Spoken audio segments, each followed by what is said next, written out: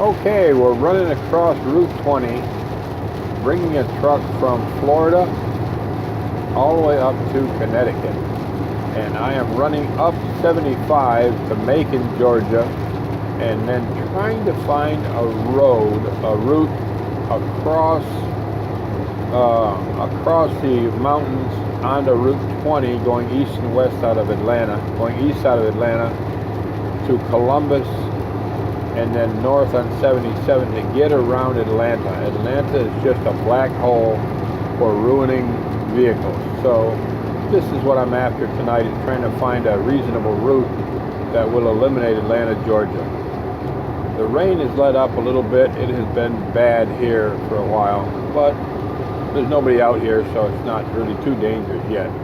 Anyway, let's talk about the pricing of transporters. Now, pretty much most drivers are never going to talk to you about the price. I don't have any problem because I'm closer to the exit door than I am to the entry door of transporting vehicles. So, if you're transporting, let's start out with RVs, those brand new RVs straight out of the factory. Now they have a quarter of a tank of fuel in them when they start from the factory. If they don't, you can take a picture of it and complain to the dispatcher, and he'll pay you to put a quarter of a tank in there. You start out with a quarter and you leave it with a quarter, and it's either gasoline or diesel. Now these people, you're going to take a very high risk vehicle because you are responsible for every scratch and smudge and nick in the windshield and everything else. Very high risk, and you are going to do this for a very minimal amount of money. Now some of these companies will have it shaved down so that poor driver makes less than $100 a day when you're driving. Now $100 a day, you figure on 5 days of driving is $500 a week. Well, that's enough to live on, but understand, with most companies, you don't drive every day. You may drive 2 days to get out there, and then have to deadhead all the way back to the factory, and they don't want you working for other companies.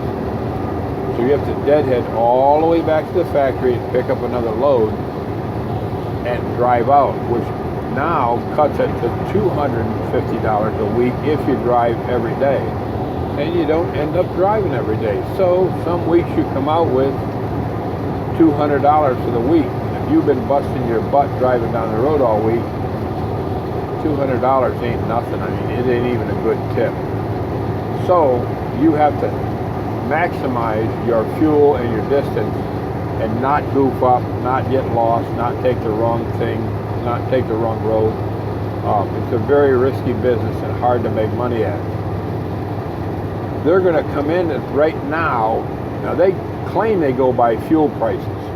Fuel prices right now are at a really low. You're talking regular gas down around $1.79 to $2 a gallon. They're going to be at a bottom end at 78 to 79 cents a mile that they're going to pay you from point A to point B. A couple of little things to consider if they're unscrupulous, which a lot of them are. They're going to pay you according to the the far side of a city and the near side of the destination. So the far side of Chicago is down right on the Gary, Indiana border. But if you pick up on the north side of Chicago, it could be 25 miles that you lost. If they're sending you into Los Angeles, say to the Queen Mary, right there on the coast, San Diego, and they're sending you to Los Angeles, they pay you out to Ranchero or one of the near edges of Los Angeles, you're going to lose 50 to 80 miles. Well, you lose at least 55 miles. So you're talking about at 80 cents a mile, and you've lost 70 or 80 miles.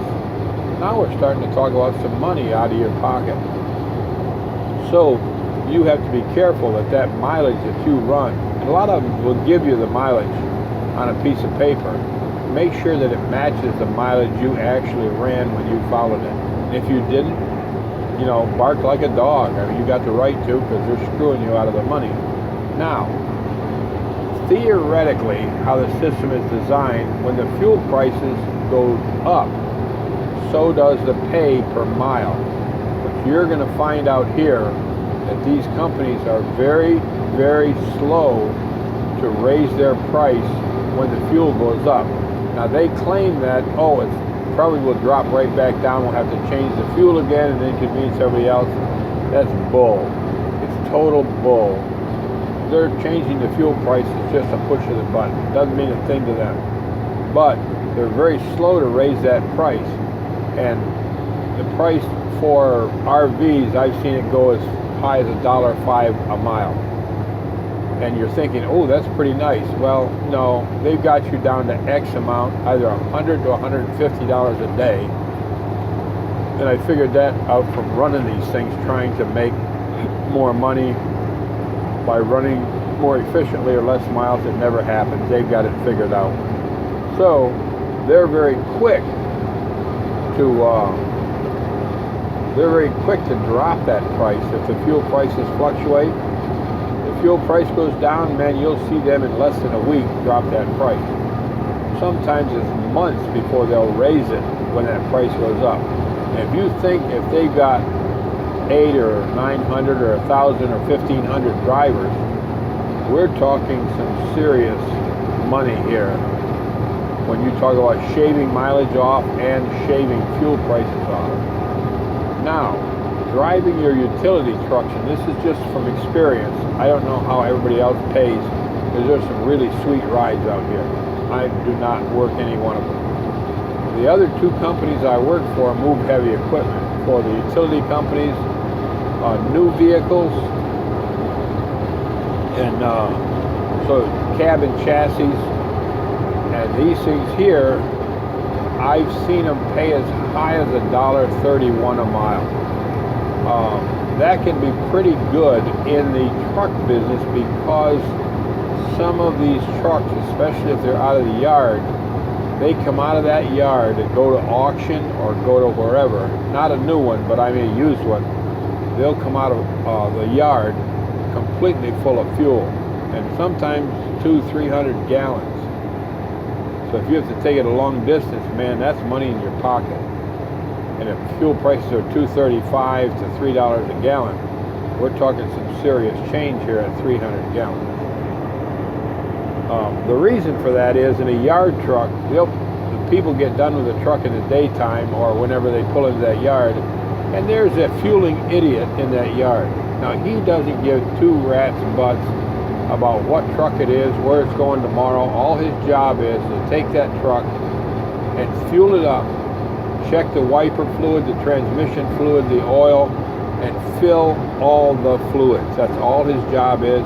He doesn't care where the truck's going tomorrow. But if the truck's been decommissioned or it's been transferred to another terminal, it's going somewhere else tomorrow, you might get lucky enough to grab this truck. Now, as I think I showed you videos of the drivers that steal fuel, say that there is 300 gallons on this truck and you only use half of it. There are drivers out here that have tanks in their vehicles, fuel tanks, 50 to 200 gallons of fuel, and they have an electric siphon with a hose.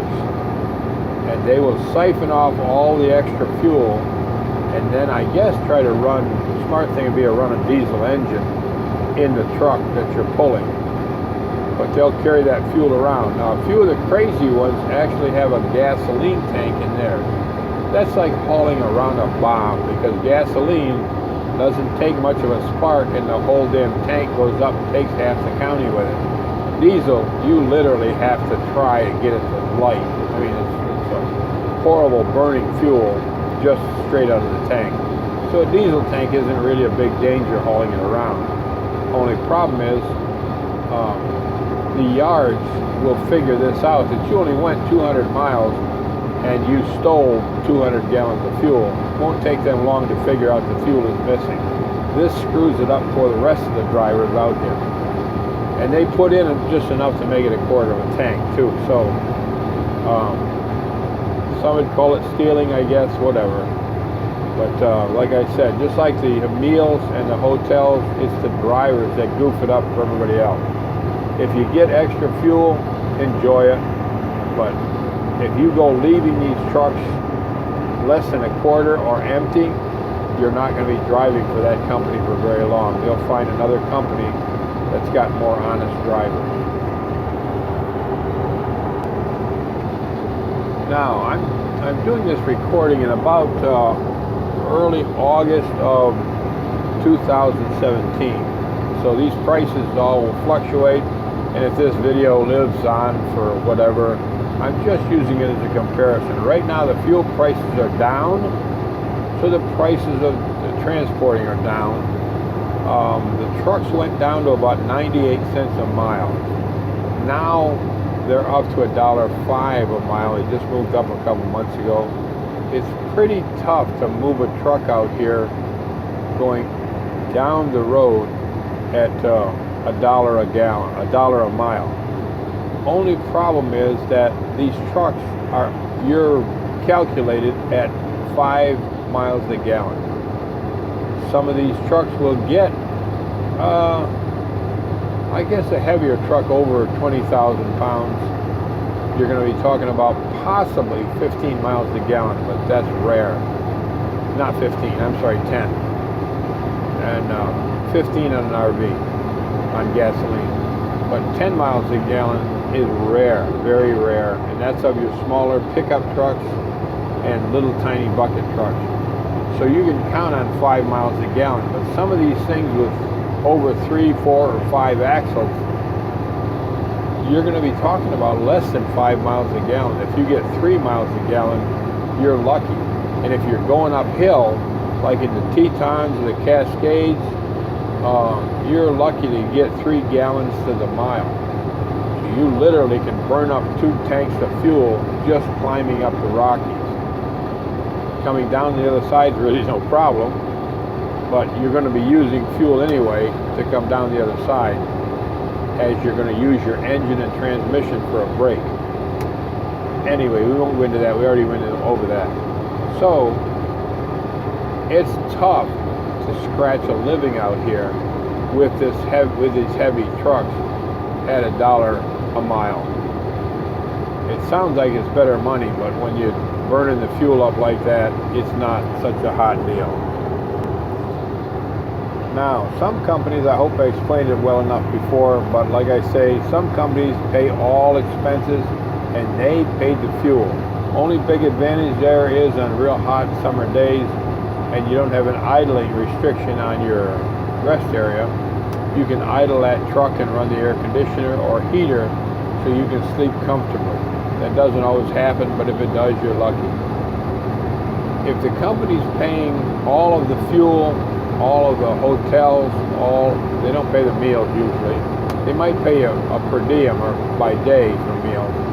Don't normally pay for the meals, but if they are, and they're paying all airfare and ground transportation, they'll pay you about 25 to 35 cents a mile for the driven mile. Not for the time you fly or take a bus, and you can figure out it's going to take you a day or two to get flown in and taxied or bussed in to a truck from, if you're sitting in New York State and you have to go to San Diego or Sacramento, it's going to take you at least a day to get all that transportation, public transportation done. You don't get paid for any of that. So you can about cut your pay. Instead of driving for 30 cents a mile, you're going to figure if you took you a day and a half, 2 days to get there, you're going to be down around 20 cents a mile that you're going to be paid to drive. It starts getting hard to take at the end of the week when you've traveled all week and only end up with $500 or $600 in your pocket, and you're still out on the road paying for meals. It's a tough way to make a living.